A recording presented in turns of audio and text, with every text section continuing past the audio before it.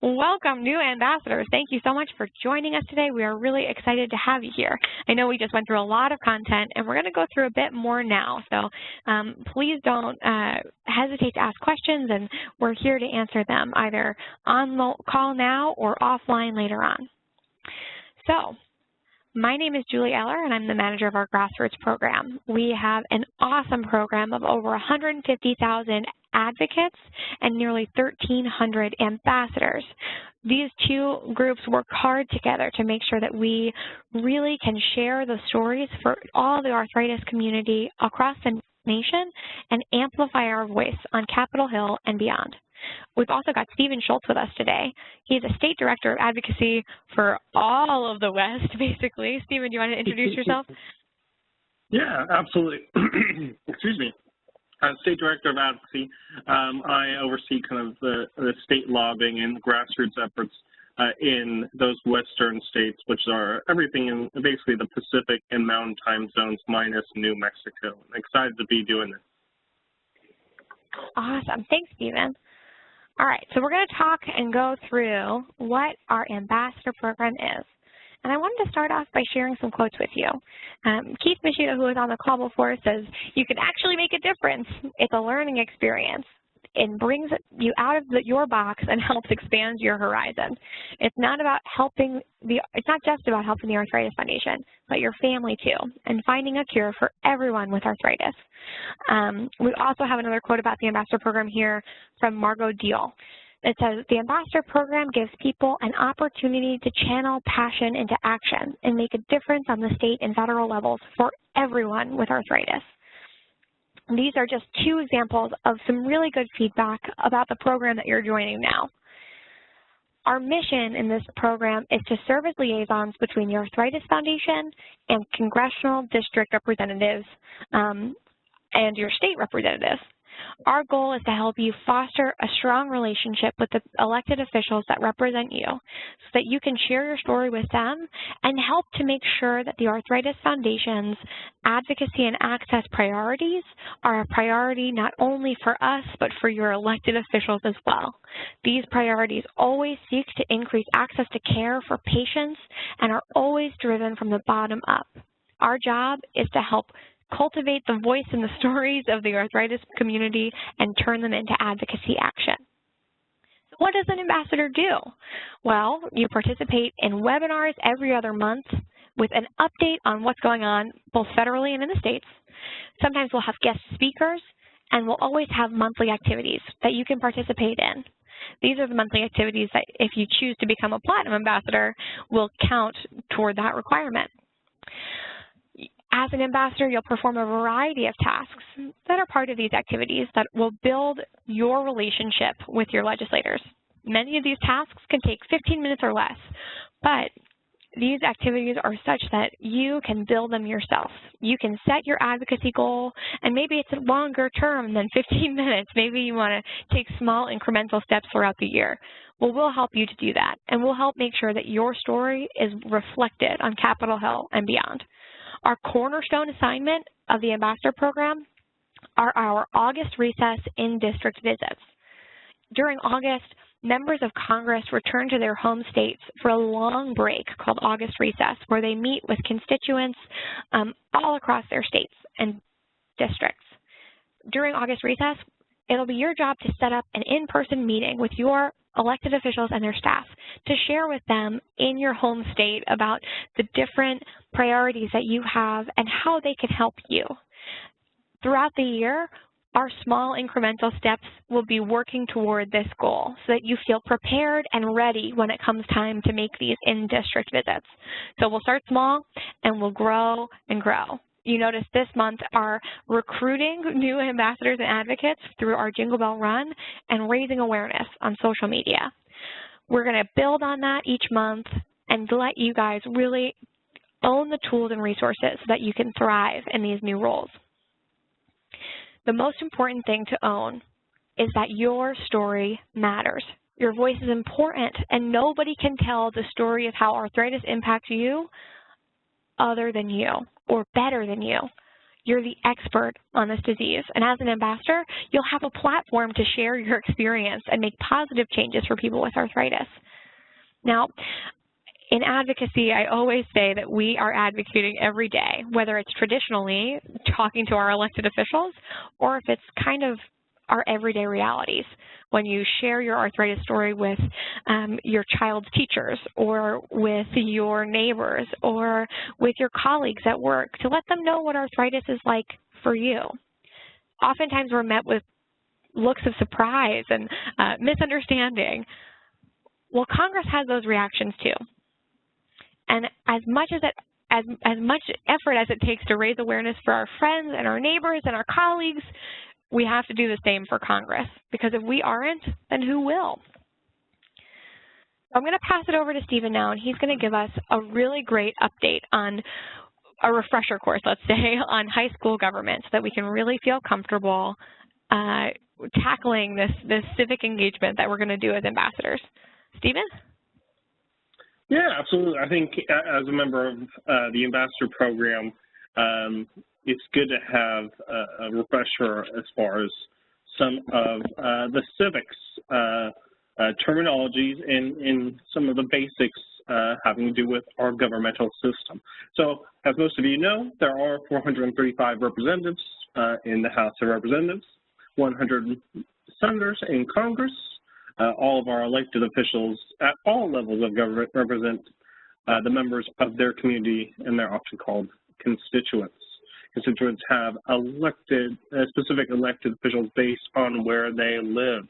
As far as in Congress, you each have one representative and 2 senators, and then going down to your local level, you'll often have different state senators, different representatives, or sometimes called assembly members. And so it's often based off of a state-by-state basis. Perfect.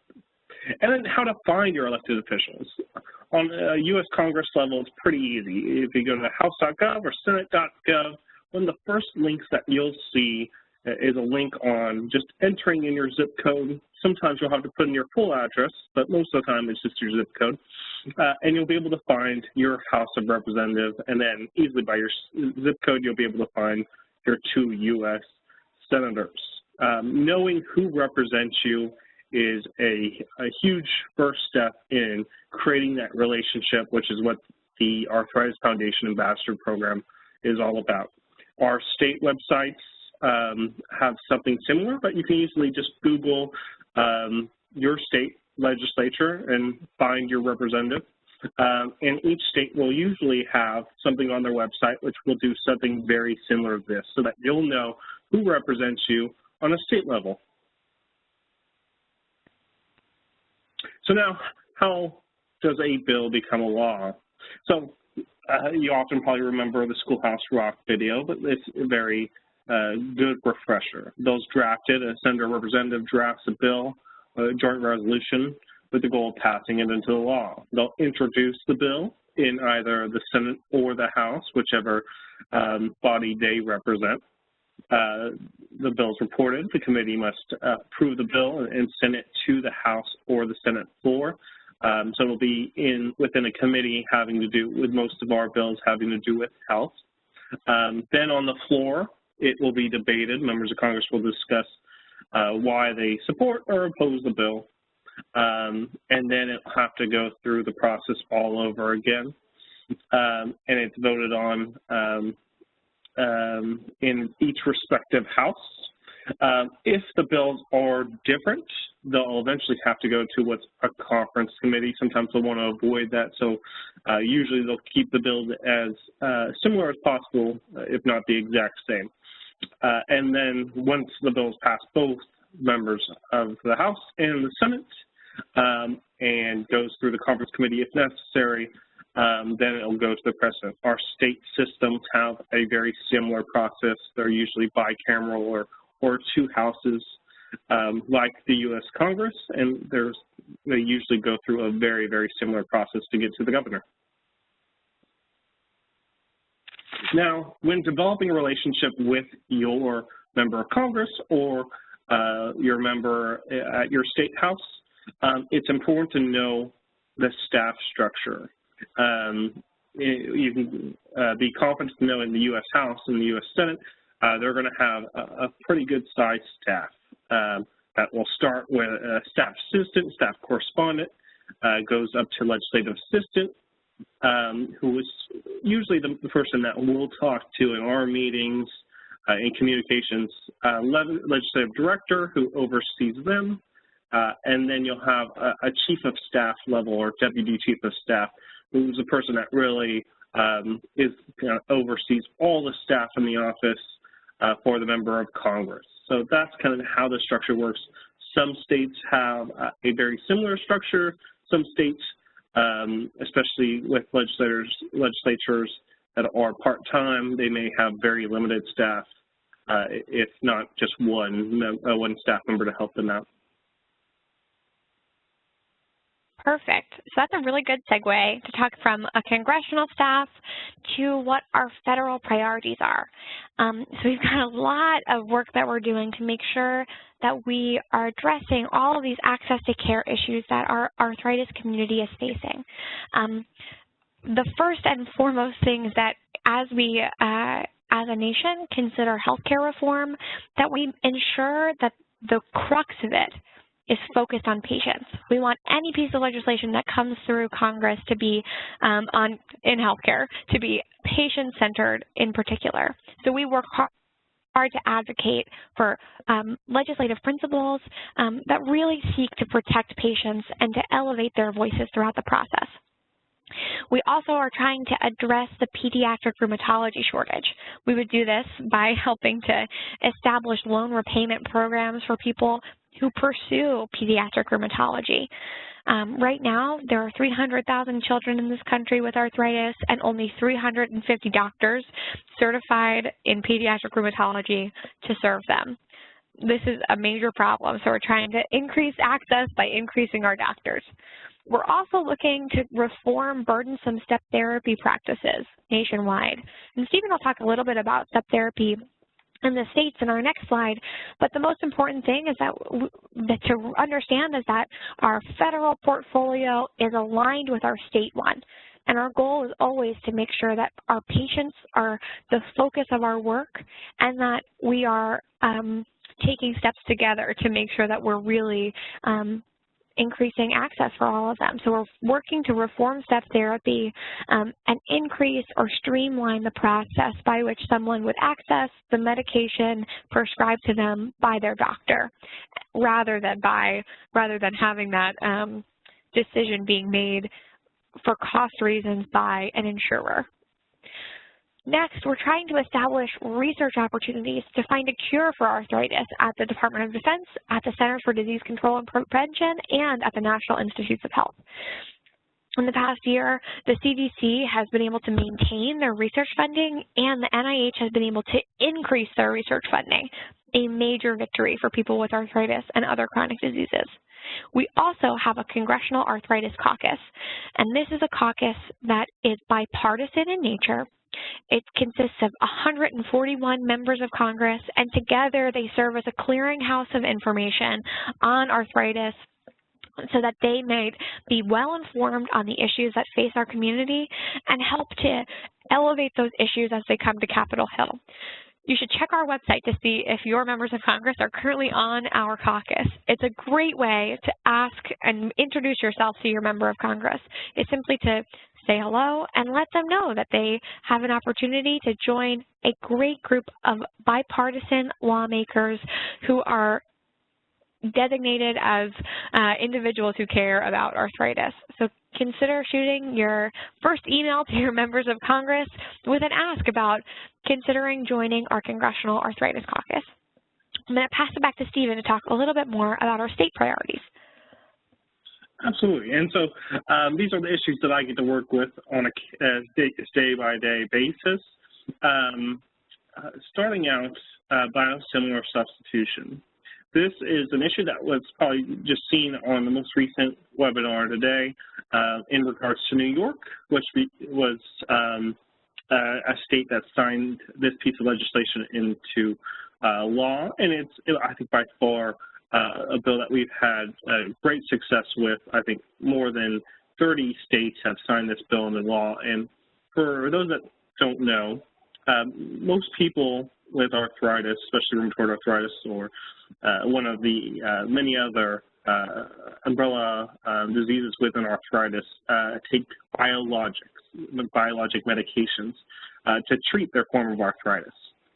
The FDA is starting to approve more and more types of medications called biosimilars, and they're similar to biologics, but since biologics are living, they can only be similar. They're going to not be the exact same as that referenced biologic. And right now, if states don't pass these biosimilar substitution laws into effect, then a pharmacist at a pharmacist level can take what's called an interchangeable biosimilar. If it's interchangeable with that biologic, then they'd be able to make that substitution right now. And so we're passing laws to ensure that if there are interchangeable biosimilars approved by the FDA, that any switch should be notified, a pharmacist should notify the patient and the provider, just in case there's a reason why your provider wants you to take a biologic instead of that interchangeable biosimilar. The next issue, formulary transparency. Formulary transparency is very important, especially in times like this right now, which is open enrollment. You want to be able to see your formulary, which shows the drugs that your insurer will approve for you for your plan, and make sure that it's covered and affordable. It allows you to go shopping during this time, during open enrollment, to find the best plan for you, which is affordable, but also has the medications that you take. In some states, there isn't transparency about what is covered.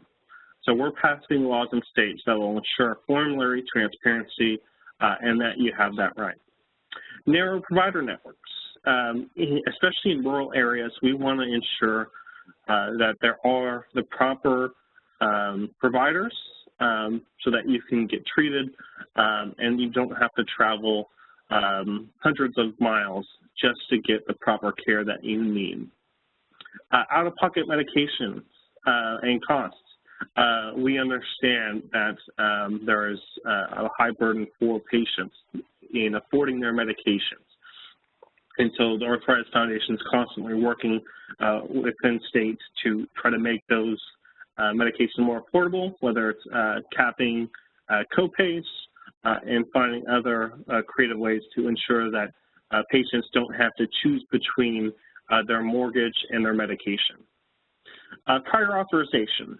Prior authorization is a process which probably almost every arthritis patient has gone through. It's the process that insurers use to ensure that a medication is medically necessary. So it's just kind of the first stopgap before approval of a medication. And so we want to put laws in place that will ensure transparency as far as how long the time it should take for them to respond to a prior authorization. Sometimes we're hearing stories about patients going without a response from an insurer on a prior authorization for weeks, months, and we believe that's a process that should take 72 hours or 24 hours in extreme circumstances. So having that timeline in place that's standardized would go a long way. In addition, we often want to see a standardized form. Often insurers have different forms, which makes it very complex and burdensome for provider offices or doctor's offices. And so ensuring standardization throughout the process is very important.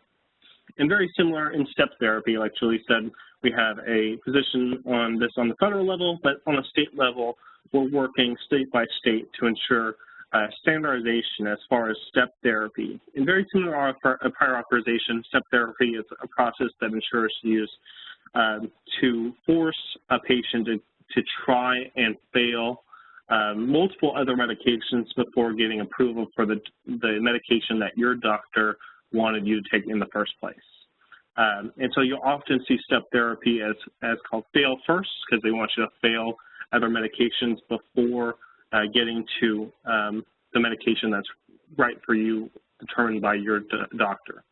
And so we, as Arthritis Foundation, want to see standardized exceptions. Some often insurers have, but having them standardized so that you know prior to getting the determination that you have to go through step therapy.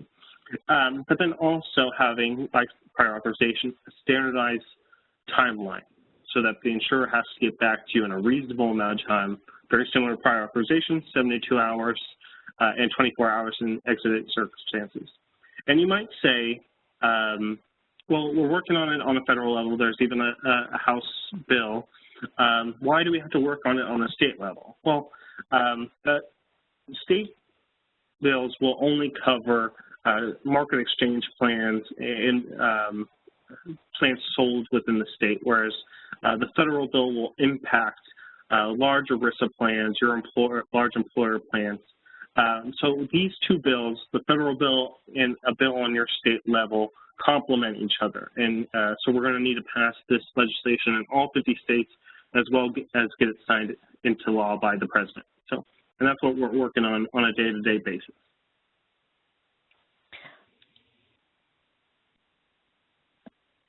And so you'll kind of see where we've had success. Like I said, you'll see a lot of these on there just because biosimilar substitution, we've had a lot of success on that issue, but you'll see the different states' successes, and we do work within coalitions with other patient advocacy organizations and are very strategic about which states have a great success opportunity as far as a certain bill. And so we've had a number of successes in a number of states, and we need your help to continue that success streak. Thanks so much, Stephen. And that goes with telling, take it away. No, please. I was just going to say, I'll lead it up to you, but I'll say that having that success in the States just leads to our patients telling their stories. And I'll let Julie tell us about that. Sorry about that, Stephen. Oh, you're good.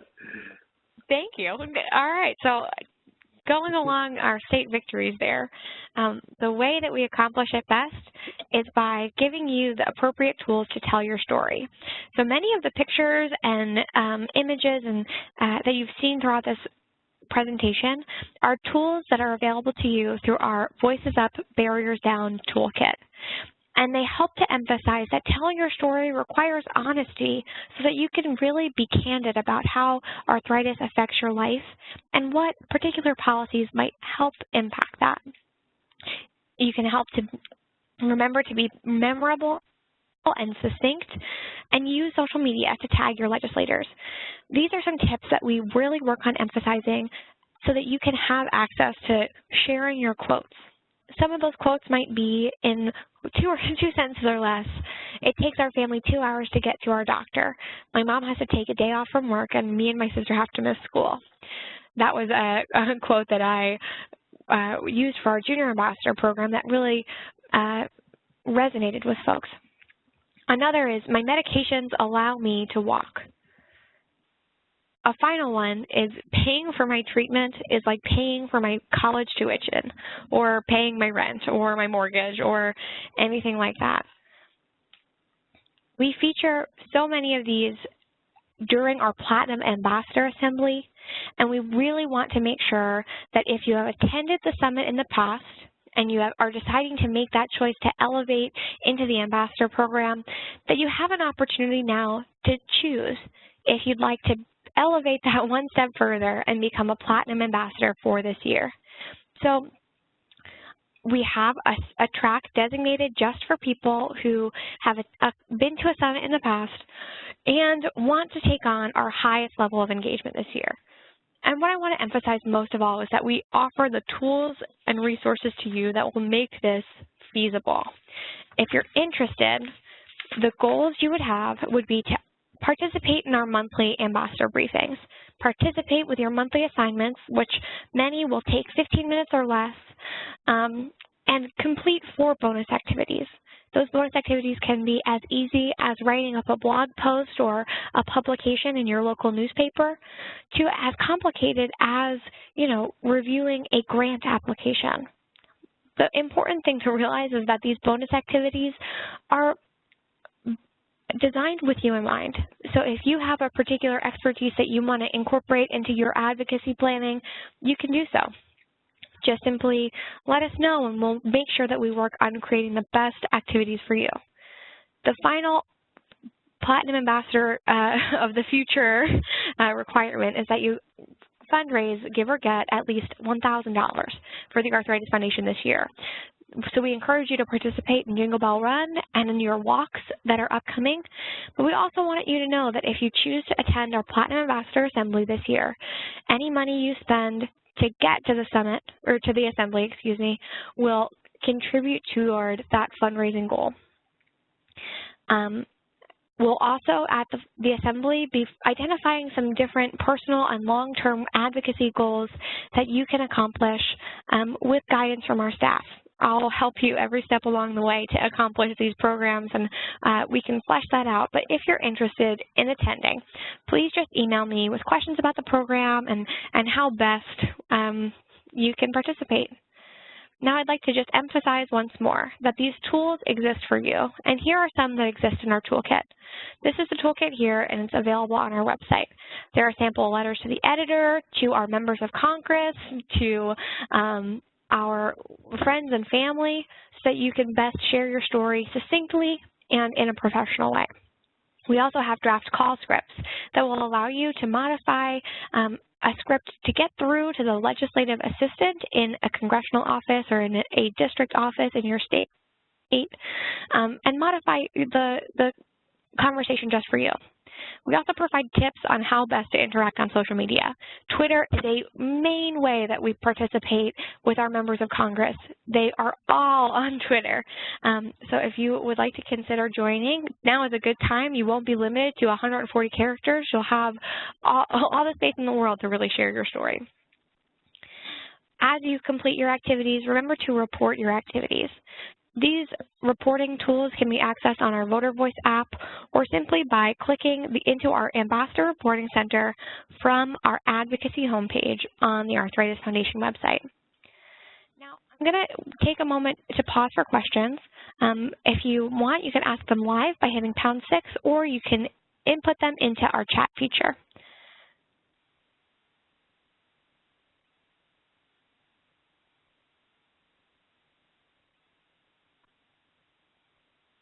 All right. I'm not seeing any come in, so I'm just going to put it up to you guys. If you have questions that you'd like to answer or have answered later on, please just feel free to reach out to me personally or to Stephen if you feel comfortable chatting about them, and we're really happy to help answer your questions. Our next Advocate webinar series, as we mentioned before, is December 13th on state implementation for laws, and our 2018 Ambassador briefings are listed here. So thank you so much for joining our call. I'm going to leave you with my contact information as our last slide, so you can ask any of those last-minute burning questions. But most of all, and most importantly, welcome to the Ambassador Program. We're happy to have you, and we're happy to make this a program that works best for your life. So if you have ideas or suggestions or questions, please feel free to contact me at any time. We're really thankful you're here. Have a great day.